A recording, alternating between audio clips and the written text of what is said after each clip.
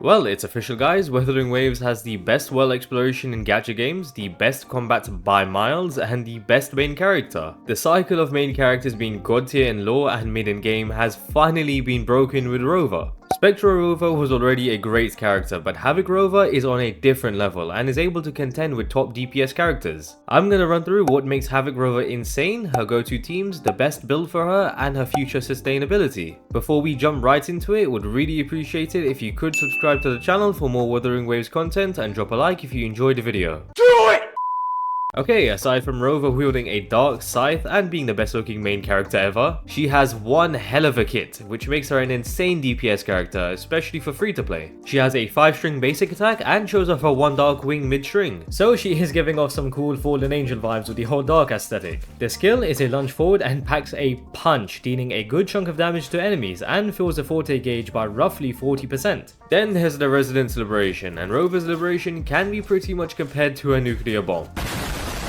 The damage multiplier of Calcharo's ultimate initial damage is 300% and Spectral Rover's ultimate damage multiplier is 440%. Then you have Havoc Rover with a multiplier of 765% at level 1. So yeah, I would say it's pretty accurate comparing Havoc Rover's Liberation to a nuke.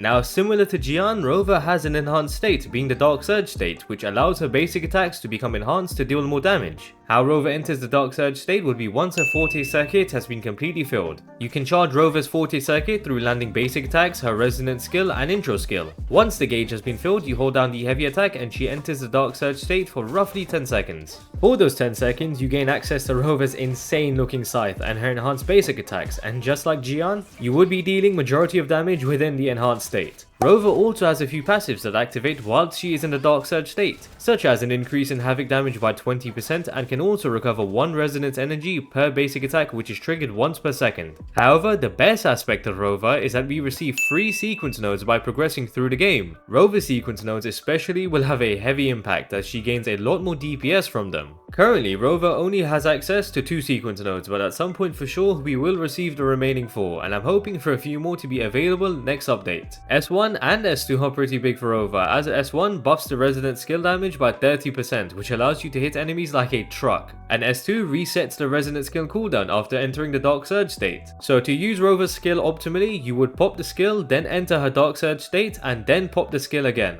If you have the resonant skill ready to go as well as the Forte circuit filled, you should never enter the Dark Surge state without using the skill beforehand, as you can deal more damage and fill your ultimate gauge even more. S3 allows Rover to recover 10% of lost HP on hit in the Dark Surge state, which just makes her a lot more self-sufficient. S4 and S5 will allow for more DPS to be dealt through a 10% Havoc Res Shred and her enhanced basic attacks dealing even more damage. Then S6 provides a massive 25% crit rate boost in her Dark Surge state. Havoc Rover currently is already a top DPS character, so just knowing that she will receive all of these nodes at some point for free is completely insane. She truly shows how a main character should be like in their own game. When it comes to Forte Priority, pretty much the entire kit will contribute to Rover's damage. The Forte circuit will have to be first, as it's the core of her kit that enhances her basic attacks, which is a massive source of her damage. Following would definitely be her Nuclear Resonance Liberation, since why wouldn't you want to delete enemies within a single click? You can opt to prioritize the Resonance Liberation over the Forte circuit if you are playing Rover in a quick swap team, as then you would just rely on her to deal burst damage. Next would be the Resonance skill and then basic attack, which both deal great damage to enemies. Then finally would be the intro skill. Now, as amazing as Rover is, a massive portion of the overall damage she deals will be from Dreamless, which is literally made for Rover. You would transform into Dreamless and deal huge AoE Havoc damage. But also, the damage Dreamless deals is increased by 50% for 5 seconds after Havoc Rover uses their Resonance Liberation. So essentially, this combo of using Rover's Liberation and then Dreamless right after is capable of dealing some insane burst damage. This combo allows Rover to play even as a sub DPS, where you would just quick swap her in to deal monstrous damage and then switch back to your main DPS. The Sun Sinking Eclipse Echo set would be Rover's best in slot set, as it provides increased Havoc damage by 10% and stacks off increased Havoc damage by 7.5% after using basic attacks or heavy attacks with 4 max stacks. So a main DPS Rover would have access to an increase in in 40% Havoc damage bonus, which will help boost her damage across the entire kit. However, a quick swap sub DPS Rover would not have full access to the 40% Havoc damage bonus, so you could mix the Sun Sinking Eclipse 2-piece with a Lingering Tunes 2-piece, as then you will have a 10% Havoc damage bonus and a 10% attack bonus straight away when you switch Rover in to deal her burst damage. The full Lingering Tunes Echo set is a great option too, as you gain a 10% attack increase and up to an additional 20% attack increase from just remaining on the field. Also, the outro skill damage is increased by 60%, which would work perfectly with Rover since she leaves a Havoc field behind, dealing very good damage to enemies for 6 seconds. The Mech Abomination would be the best main echo for the Lingering Tune set, having very quick activation dealing electro damage and providing a 12% attack bonus for 15 seconds. The Lingering Tune set would be great for a main DPS Rover since the attack buff stacks are reset when you switch Rover out, so I would suggest to avoid this set if you are running a quick swap sub DPS Rover. All things considered, I believe Dreamless is mandatory for Rover since you can deal massive burst damage with Rover's Liberation and Dreamless right after. Also, Dreamless being the best echo in the game is actually the easiest echo to farm.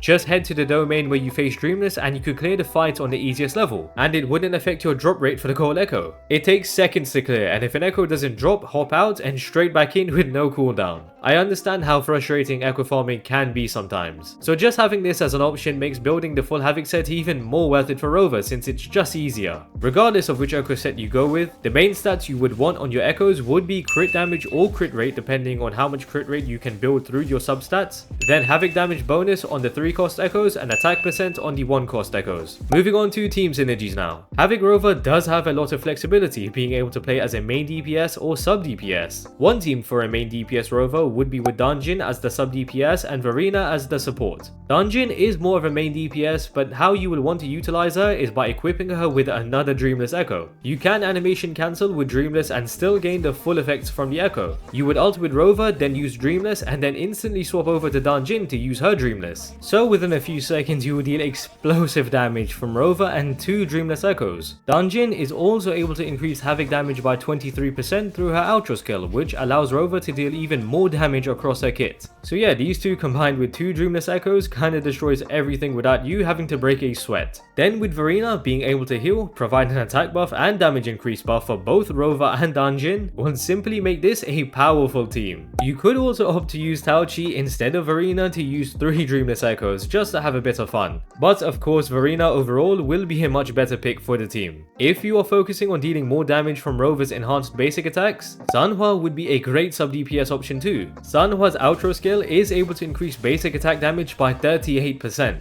So Rover's enhanced basic attacks, which is a huge source of her damage, will be dealing even more damage. Sanhua is also capable of dealing very good burst damage in a short amount of time, so she wouldn't take that much field time away from Rover. So that would make Sanhua a great sub DPS, as Rover would like a lot of on-field time. Instead of Verina, Jianxin would also be great for Rover, due to the amount of utility she can provide, such as grouping, shielding, and most importantly, the outro skill, which can buff Resonance Liberation damage by 38%. So Jianxin will enable Rover to deal a ton more damage with her Resonance Liberation. Jianxin's grouping would also be amazing since it would make it easier for Rover to attack all of the enemies at once, and can ensure everyone is hit from the Resonance Liberation and Dreamless skill. Rover as a sub DPS can be paired up with any main DPS really to just deal massive burst damage within a few seconds on field. A team I've been having fun with would be Calcharo, Rover and Jianxin. Calcharo having the spotlight as the main DPS, and then Rover can switch in to drop her nuke and Dreamless skill quickly before switching back. Also, both Calcharo and Rover would greatly benefit from the Resonance Liberation damage bonus provided by Jianxin. So whoever usually has their ultimate ready to go, I would switch into them from Jianxin to provide the Resonance Liberation damage bonus to allow their Liberation to deal more damage. It does work pretty well since both Calcharo and Rover hit insanely hard from the Resonance Liberation, so they can take turns popping their Liberation whilst having the buff from Jianxin.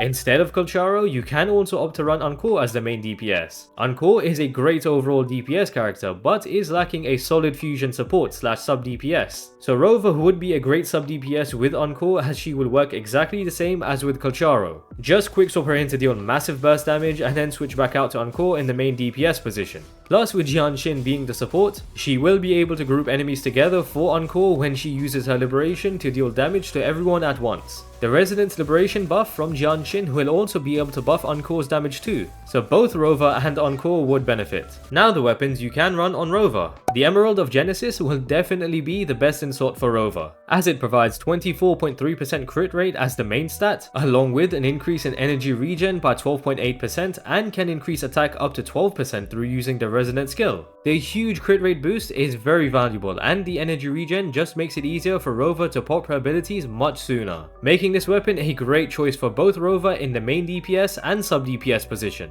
You can pick this weapon up for free at Union level 45, which is a lot easier said than done. The one-handed sword is the best weapon from the selection in my opinion, so if you are a Rover or one-handed sword main, you should definitely pick this weapon up. Till then, there are some other options you can run. Commando of Conviction is a great choice and is the weapon I currently run with Havoc Rover. It provides 30.3% attack as the main stat and an additional 15% attack after using the intro skill. This would also be great for Rover in any position since the attack bonus is instant after using the intro skill, and so you can see this weapon as a huge attack stat stick. You are able to pick this weapon up for free from the 4-star weapon selector we were given as a pre-register bonus, so this would be a great option to select if you haven't used it just yet and you need a good weapon for Rover. Looming Loss is another great 4-star option with an attack percent main stat and can increase basic and heavy attack damage by 20% after using the Resonance skill. So it's great you would have instant access to a 20% damage increase for basic and heavy attacks right after the Resonance skill, which makes this weapon a great choice for a main DPS Rover. Unfortunately, this is a battle pass weapon, so there is a paywall if you do want this weapon, but if you have picked up the battle pass, this would be a good choice for Rover. Lunar Cutter would also be good for a main DPS Rover as it provides an attack percent main stat and up to 12% increased attack, which you can maintain through defeating enemies. You do have access to the 12% attack increase when entering the field, so even a sub DPS Rover can make use out of this weapon. The 4-star options are all pretty similar in terms of damage value, so either one would be fine for Rover. But as I said, the Emerald of Genesis will definitely be the best in slot for Rover. Overall, Havoc Rover just has it all. Great synergy with multiple team comps as she can dominate as a main DPS and sub DPS, insane damage dealing capabilities with her Resonance Liberation dealing massive burst damage, which if you pair with Dreamless is completely busted, and she has the looks to kill, which definitely makes her waifu material. Rover is really how every main character should be like in other gacha games, being very flexible and powerful. Even if you aren't free to play, Rover still is an amazing character to build since there aren't too many strong DPS characters in the game. So if you need a strong DPS to carry you in one of your teams in Tower of Adversity, or you just enjoy seeing enemies be deleted within a few seconds before your eyes, you should definitely build Rover. Also, we are receiving additional free sequence nodes for her later on, so she will only just get better with time and would be worth the investment for sure. If you guys enjoyed the video, would really appreciate it if you could subscribe to the channel for more WutheringWaves content and drop a like. Also, drop a comment if you have built a Rover and let me know about your experiences with her so far in the game. And yeah, hope to catch you guys later.